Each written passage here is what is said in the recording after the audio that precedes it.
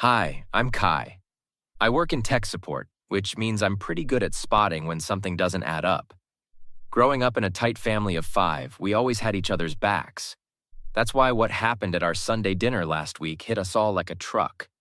My brother Marcus had called for a special family dinner to announce his engagement to Whitney, this sophisticated marketing executive from the fancy side of town. Mom had gone all out with her famous pot roast, and Elena, my younger sister, helped set up the fancy china we only use on holidays. Before we start eating, Whitney and I have some exciting news. Marcus was practically bouncing in his seat. We're getting married in 3 months. Mom burst into tears, hugging Whitney. Welcome to the family, sweetheart. Dad raised his glass. To the happy couple. I noticed Whitney shifting in her seat, her smile not quite reaching her eyes. Something was off, but I couldn't put my finger on it. There's just one tiny detail we need to discuss, Marcus continued, his voice taking on that smooth tone he uses when he's trying to sell something. Whitney and I have our hearts set on a dream honeymoon in the Maldives. 2 weeks of pure luxury. That sounds wonderful, son, Dad smiled, taking a bite of his roast. Here's the thing. We need a little help from the family. We're asking everyone to chip in $2,000 each for the honeymoon fund. It's not just a contribution. It's your ticket to the wedding. The clinking of forks against plates stopped. Dead silence. What do you mean, ticket to the wedding? Elena put down her glass, her voice sharp. Well, we're keeping the wedding exclusive. Only those who contribute to our honeymoon fund will be welcome at the ceremony. I watched Whitney's knuckles turn white as she gripped her napkin. She hadn't said a word since the announcement. You're charging your own family to attend your wedding? Mom's voice trembled. Think of it as an investment in our happiness. Whitney's parents have already agreed to contribute their share. I caught Whitney's slight flinch at that statement. Something definitely wasn't adding up. This is ridiculous. Dad pushed his plate away. We're your family, not your bank. Come on, everyone. Marcus spread his hands. It's not like I'm asking for a kidney. $2,000 each and you get to be part of our special day. That's a bargain. Elena stood up so fast her chair scraped against the floor. I can't believe you're serious right now. I watched Whitney stare at her plate, her face flushed. Her discomfort was practically radiating across the table. You have until next week to decide, Marcus announced, as if he was offering us a limited-time deal. After that, the price goes up to $2,500. Mom started crying again, but this time they weren't happy tears. Dad just sat there shaking his head while Elena stormed out of the dining room. Me? I kept my eyes on Whitney, watching her shrink smaller and smaller in her chair. Something told me there was way more to this story than a fancy honeymoon. The next morning, I met Elena at our usual coffee spot downtown. She'd already pulled up Marcus's social media on her phone. Look at this post from 3 months ago. He's bragging about a promotion at work. But I ran into his coworker Tim yesterday. The company had layoffs, and Marcus was one of the first to go. When were you going to tell me about the wedding fund demand? A voice behind us made us jump. It was Rachel, Whitney's sister, looking seriously ticked off. You didn't know about it? Elena pulled out a chair. No, and neither does Whitney. She thinks their parents are paying for everything. That's why I'm here. Something felt off about Marcus's story. I pulled up my banking app. He owes me $3,000 from last year. Said it was for a business investment. Classic Marcus. Rachel rolled her eyes. He told Whitney he's some hotshot investment banker. In reality, he's been borrowing money from everyone he knows. My phone buzzed. A text from Mom. Your father's considering taking out a loan for the honeymoon fund. Please talk some sense into him. This is getting out of hand. Elena grabbed her keys. Let's go talk to Danny at the casino. He still owes me a favor. 20 minutes later, we're sitting in Danny's office at the Golden Palace Casino. Oh, yeah, I know your brother. He's here 3-4 times a week. Dropped $20,000 last month alone. My stomach turned. Where's he getting that kind of money?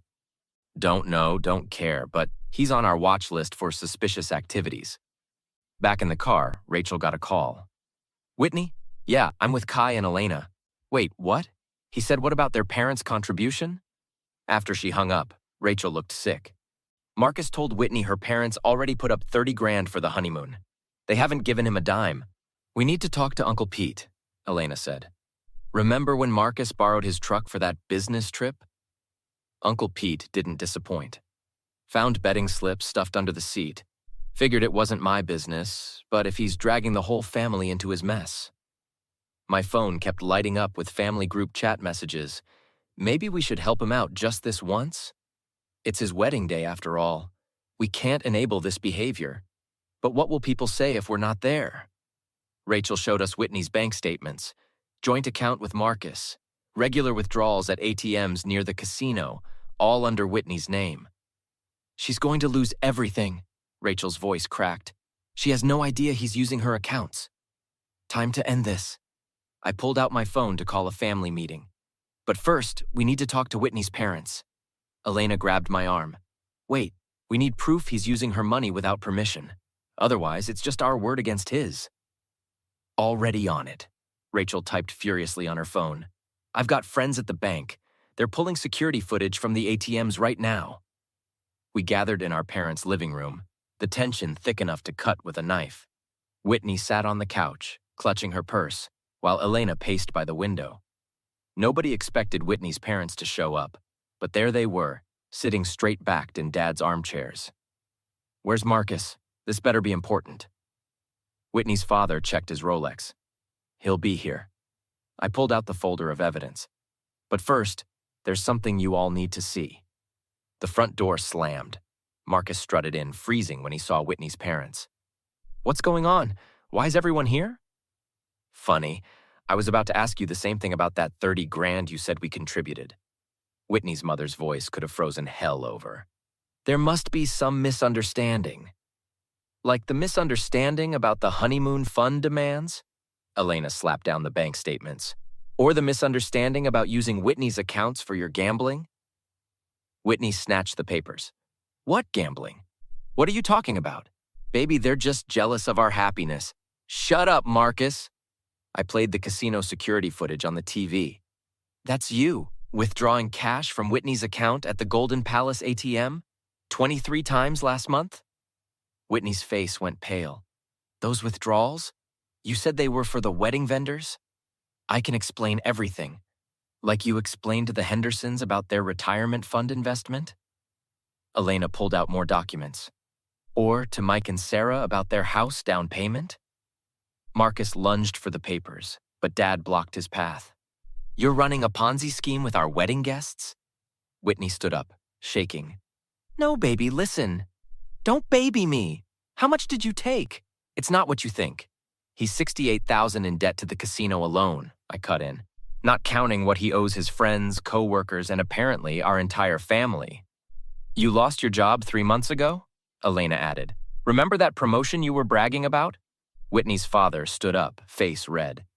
You told us you were making partner at your firm. I was going to win it all back, Marcus finally snapped. One big score, that's all I needed. With my money? Whitney threw her engagement ring at him. With my parents' retirement fund? Everyone just calm down. Calm down. Whitney's mother pulled out her phone. I'm calling the police. No need. Rachel walked in. Perfect timing. The bank's fraud department is already involved. They've frozen all the accounts. Marcus made a dash for the door, but Uncle Pete was waiting outside.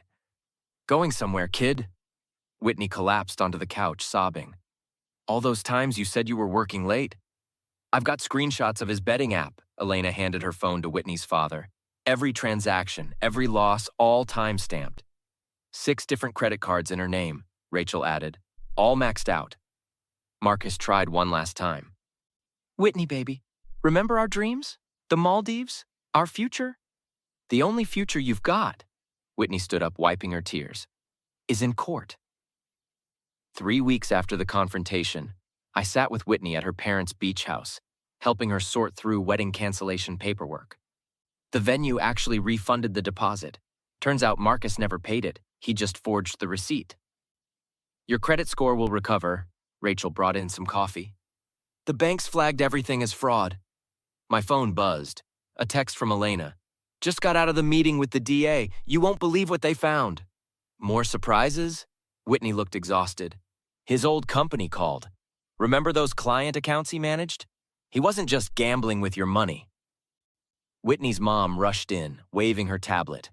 Turn on the news. Now! The local business channel was running the headline, Former investment advisor Marcus Thompson charged with embezzlement. He said those transfers were for our wedding expenses. Whitney's voice cracked. $400,000, her father read from his phone. He stole from his clients' retirement accounts. My parents showed up that evening for the impromptu support gathering. Mom pulled Whitney into a tight hug. I've been baking all day. Stress baking, Elena calls it. Thanks for standing by me. Whitney grabbed my hand. Most people would have walked away from this mess. That's not what family does. Dad set down a stack of legal papers. Real family, anyway. Got the last vendor refund sorted, Elena burst in. And you'll never guess who I ran into at the bank. Marcus's ex-fiancée from 3 years ago. His what? Yeah, she saw the news. Same pattern, gambling, lies, stolen money. She never pressed charges. But I did. Whitney straightened her spine. The DA says 3 other victims have come forward. Rachel checked her phone. His preliminary hearing is next week. They're not offering a plea deal. Good. Whitney's father poured everyone a drink. Let him face every single charge. Mom touched Whitney's shoulder. How are you holding up, sweetheart? Better, actually. It's like waking up from a bad dream. I keep finding more lies. The house he said we'd bought, the job offers he claimed to have. The trust fund he bragged about, Elena added. The private jet his family supposedly owned. Speaking of ownership, Rachel smiled. Guess who just got approved for her own apartment? Whitney managed her first real smile in weeks. Signed the lease this morning. No more joint accounts, no more lies, no more manipulation. Dad raised his glass. To fresh starts. And to real family, I added, watching Whitney finally relax into the support around her. You know what's weird? Whitney looked around the room. This feels more like family than any moment with Marcus ever did. Later that night, after everyone left, I sat on our porch thinking about how close we came to enabling Marcus's destruction. Sometimes protecting your family means protecting them from family. Mom joined me, 2 cups of tea in hand. You did good, Kai. Standing up to him wasn't easy. Easier than watching him destroy everyone we love. Your father finally cleared out Marcus's old room today. Said it was time to make space for better memories. I nodded, watching the sunset. Some empty spaces are better than toxic fullness. Some losses are really wins in disguise. What would you do if you discovered your sibling was not just manipulating your family for money, but actively destroying someone else's life? Would you expose them immediately or try to handle it privately first? Share your thoughts in the comments below. There's no easy answer when it comes to choosing between family loyalty and doing what's right. Have you ever had to make a tough call like Kai did? If this story of family drama and justice resonated with you, give it a thumbs up so more people can join the conversation. Hit subscribe and turn on notifications to catch more compelling stories about real-life dilemmas that make us question where our loyalties should lie. Remember, sometimes protecting your family means protecting them from toxic family members. What's your take on this? Let me know in the comments.